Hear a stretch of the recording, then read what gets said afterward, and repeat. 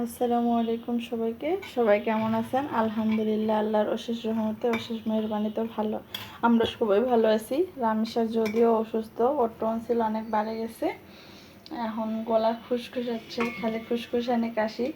সবাই ওর জন্য দোয়া রাখবেন। আর হোসেন বাবু আছে আলহামদুলিল্লাহ, আল্লাহ যে হালে রাখছে, শুকরিয়া আল্লাহর দরবারে। তো আজকে আমি আপনাদের সাথে ছোলা ভুনার রেসিপি শেয়ার করব। কিভাবে আমি প্রেসার কুকারে ছোলা সেদ্ধ করি, মানে কিভাবে রান্না করি, সেটাই আজকে আপনাদেরকে দেখাবো। তো এখানে আমি ছোলা গতকালকে ভিজিয়ে দিয়েছিলাম, সেই ছোলাটা ধুয়ে এখানে দিছি। আর আমি সাথে যেভাবে আলুটা দিছি, এভাবে আলু দিলে আমার বাচ্চারা খুব পছন্দ করে। আর এখানে পেঁয়াজও আছে, পেঁয়াজও দিছি। এখানে এখন এক এক করে আমি সব মশলা দিয়ে দিব। এখানে আমি আদা রসুন বাটা দিব, এই যে আদা রসুন বাটা, এতটা দিব না, এই যে আদা রসুন বাটা দেব। তো এখানে আমি আদা রসুন বাটা দিয়ে দিছি। আর এখানে যে হলুদের গুঁড়া আর মরিচের গুঁড়া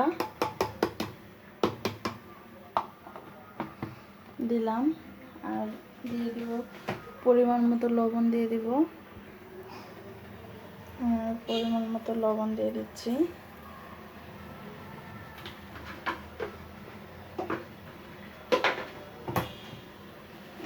আর গতকালকে আমি একটা মশলা তৈরি করছিলাম, মশলাটা আর একটু গুঁড়া করতে লাগবে, আমার মিহি হয়নি মশলাটা। তো এই মশলাটা আমি দিয়ে দিব। এটা গতকালকে বানিয়েছিলাম, যারা আপনারা দেখেননি তারা দেখে নিতে পারেন। এটা আমি সব তরকারিতে, হাতে মাখানো যে কোনো তরকারিতেই একটু করে দেই। আবার মনে করেন এই বিশেষ করে ছোলা ভুনাতে দেই, খুবই স্বাদ হয়।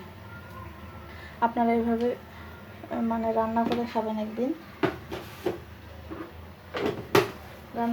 এইভাবে একদিন রান্না করে খাইলে বুঝতে পারবেন যে কীরকম হয়। তখন অবশ্যই আমাকে কমেন্ট করে জানাবেন। সবাই এই ছোলা ভুনাটা আর কি খুবই পছন্দ করে। এটা তো কোনো ঝোল থাকবে না, একবারে ভুনা ভুনা, হালকা ঝোল থাকলেও স্বাদ করে। তো এখানে আমি একটু ছোলা ভুনাটাতে যা করবো, একটু বেশি পরিমাণে তেল দিয়ে দিব। ওই তেলটা দিয়ে মুড়ি মাখালে ঝালমুড়ির মতো একটা টেস্ট আসে। তো এখানে এখন তেল দিয়ে দিব আমি। তো এখানে আমি তেল দিয়ে নিছি। এখন আমি এটা ভালোভাবে মাখাবো, চামচটা দিয়ে ভালোভাবে মাখাই। ছোলাটা আমি খুব ভালোভাবে মাখাই নিছি। মাখাই যে পরিমাণ মতো পানি দিয়ে দিছি। এখন আমি ঢাকনা লাগাই শীষ দিয়ে নেব। 6-7টা শীষ দিবে প্রেসার কুকারটা। তার অনেকক্ষণ পরে তখন খুলে এটা আবার জ্বালায় ভুনা করে নেব। তো দেখতে থাকুন। তো এই যে দেখেন, ফাইনালি আমার ছোলার লুক। ছোলা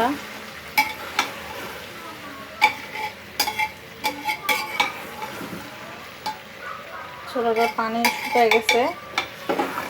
আর এই যে একবারে ভুনাই নিচ্ছি। এটা মুড়ি দিয়ে মাখালে সেই স্বাদ লাগে মাশাআল্লাহ। তো আপনারা এইভাবে ছোলা ভুনা করে খাবেন। আর যদি ভালো লাগে আপনাদের, তো অবশ্যই এইভাবে ছোলা একদিন রান্না করে খাবেন, খায়ে দেখবেন, তারপরে স্বাদ কেমন হয়েছে আমাকে জানাবেন কমেন্ট করে। অবশ্যই ভালো থাকবেন। আল্লাহ হাফেজ, আসসালামু আলাইকুম। আমাদের জন্য দোয়া রাখবেন, আল্লাহ আপনাদেরও ভালো রাখুক, আপনাদের সকলের মনের আশা পূরণ করুক। আল্লাহ হাফেজ।